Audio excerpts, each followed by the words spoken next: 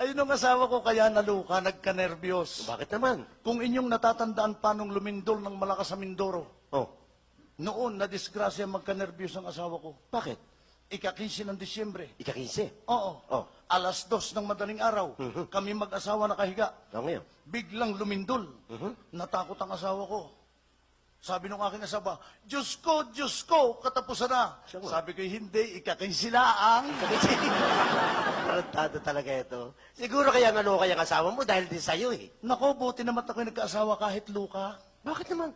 Aba, ay kung wala naman lukay, walang papatol sa akin eh.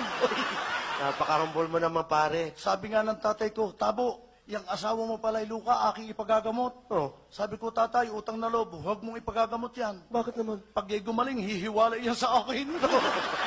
Tatauhan ha. Yun ang asawa ko, sana'y kasama ko dito ngayon. O, ba't di mo sinama? Eh,